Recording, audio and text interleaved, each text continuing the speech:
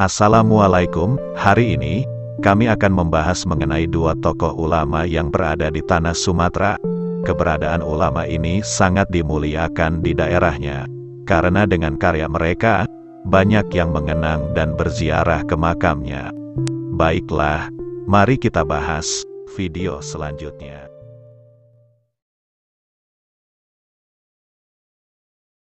Satu dari sekian banyaknya ulama yang melakukan proses islamisasi di Nusantara dengan karya-karya yang mencolok di bidang sastra adalah Hamzah Pansuri.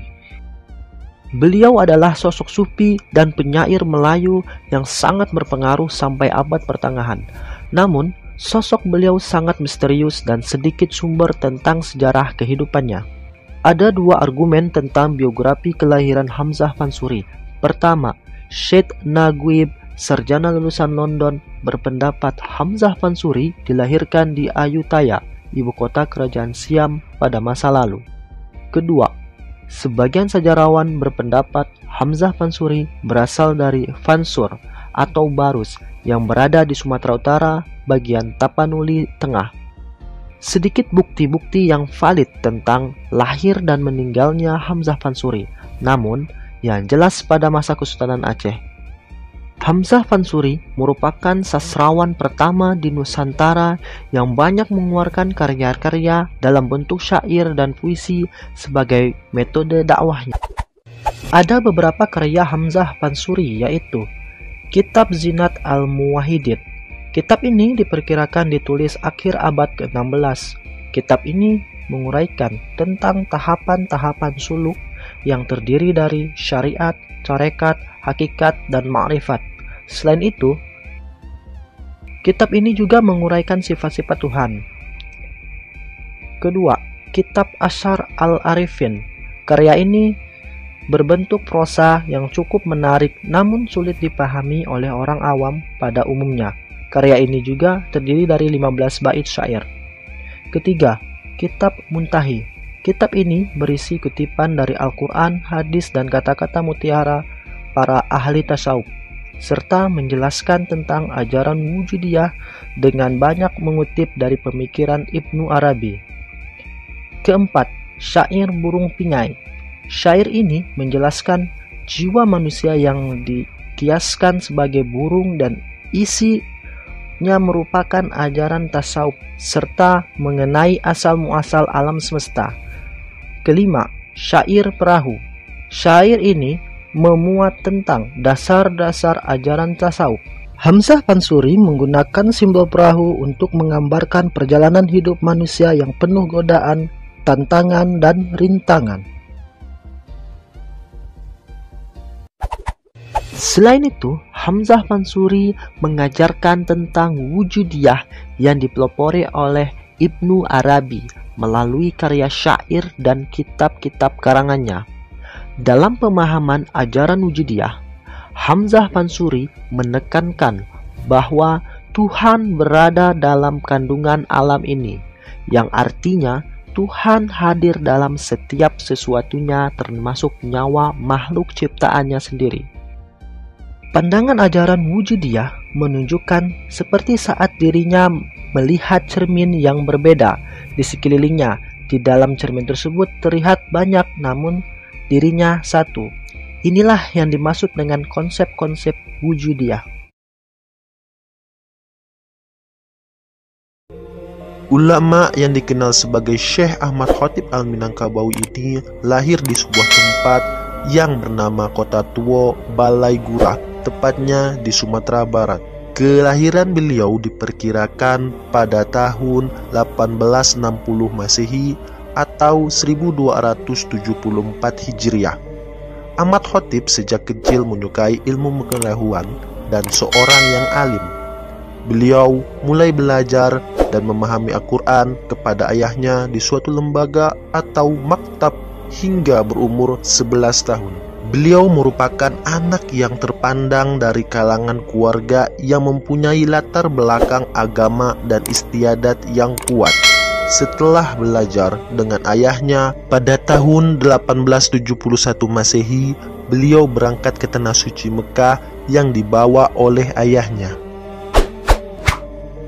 Semenjak di Mekah, beliau berguru kepada Syed Bakri Shatta, Syed Ahmad bin Zaini Dahlan, Syekh Muhammad bin Sulaiman Hasbullah Al-Makki, dan Syekh Abdul Hadi. Dari situ beliau banyak sekali mendapatkan ilmu agama. Pada tahun 1879 Masehi, beliau menikah dengan seorang putri di Mekah yang bernama Siti Khadijah, yang merupakan anak dari Syekh Saleh Al-Qudri. Syekh Ahmad Khatib Al-Minangkabawi mengajar di sana, dan dalam sumber lain, beliau tidak pernah kembali ke kampung halamannya sampai wafatnya beliau pada tahun 1334 Hijriah. Khatib Al-Minangkabawi mencapai kedudukan tertinggi dan merupakan ulama Nusantara yang pernah menduduki jabatan sebagai imam, khatib, sekaligus guru besar di Masjidil Haram, dan juga pernah menjadi mufti mazhab Syafi'i di Mekah.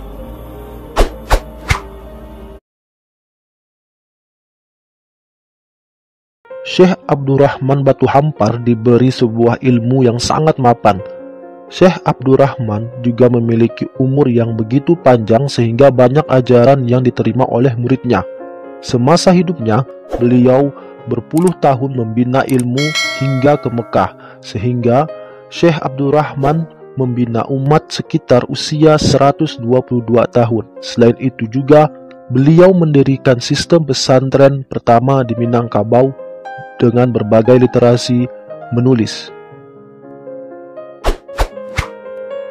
Syekh Abdurrahman lahir pada tahun 1777 Masehi di Nagari Batu Hampar, Luhak 50 Kota, Sumatera Barat. Abdurrahman memiliki orang tua yang berpengaruh di daerah tersebut yang bernama Abdullah Gelar Raja Intan dan ibunya Tuo Tungga. Abdurrahman adalah satu-satunya ulama di daerah tersebut sehingga banyak yang menuntut ilmu ke tempat beliau. Karena sudah tak muat, Syekh Abdurrahman membangun komplek pemukiman untuk murid-muridnya yang dinamakan Kampung Dagang dengan areal sekitar 3 hektar. Bangunan utama di bagian tengah dikelilingi puluhan surau tempat menginap murid-muridnya. Pada masa Syekh Arsyad, anak dari Syekh Abdurrahman Batu Hampar, mendirikan bangunan utama yang bergaya Timur Tengah dengan menara komplek yang begitu megah.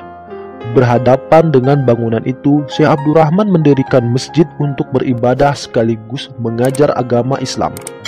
Sejarah kehidupannya yang masih muda, tepatnya pada umur 15 tahun, sekitar tahun 1792, ia meminta izin kepada orang tua untuk belajar agama kepada Syekh Galong Gadang di Batu Sangkar.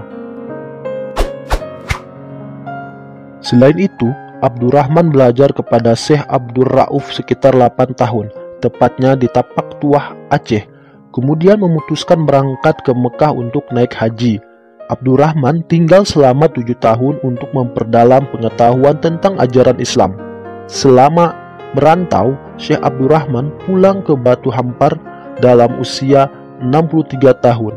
Sesampai di kampung halaman, beliau melihat kehidupan masyarakat di kampung halamannya yang sudah memeluk Islam, namun belum menjalankan perintah Allah. Masyarakat Batu Hampar masih berjudi dan sabung ayam. Syekh Abdurrahman melakukan pendekatan bertahap. Sikap ramah dan pemurahnya adalah modal meraih simpati masyarakat.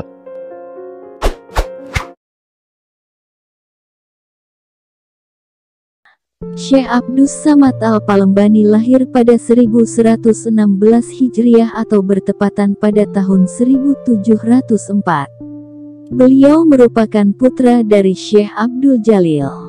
Ayah beliau adalah ulama yang berasal dari Yaman yang dilantik menjadi mufti negeri Kedah pada awal abad ke-18. Sementara ibu beliau adalah wanita Palembang yang diperistrikan oleh Syekh Abdul Jalil. Syekh Abdus Samad Al-Palembani wafat tahun 1200 Hijriah atau bertepatan pada tahun 1785. Syekh Abdus Samad Al-Palembani memulai pendidikan dasar dari ayahnya sendiri, Syekh Abdul Jalil, di Kedah. Kemudian Syekh Abdul Jalil mengantar semua anaknya ke pondok di negeri Patani. Zaman itu memang di Patani lah tempat menempa ilmu-ilmu keislaman sistem pondok yang lebih mendalam. Di antara para gurunya di Patani, yang dapat diketahui dengan jelas hanyalah Syekh Abdurrahman bin Abdul Mubin Pauhbok. Sistem pengajian pondok di Patani pada zaman itu sangat terikat dengan hafalan ilmu-ilmu Arabiyah yang terkenal dengan ilmu alat 12. Dalam bidang syariat Islam, beliau belajar fikih dari mazhab Imam Syafi'i.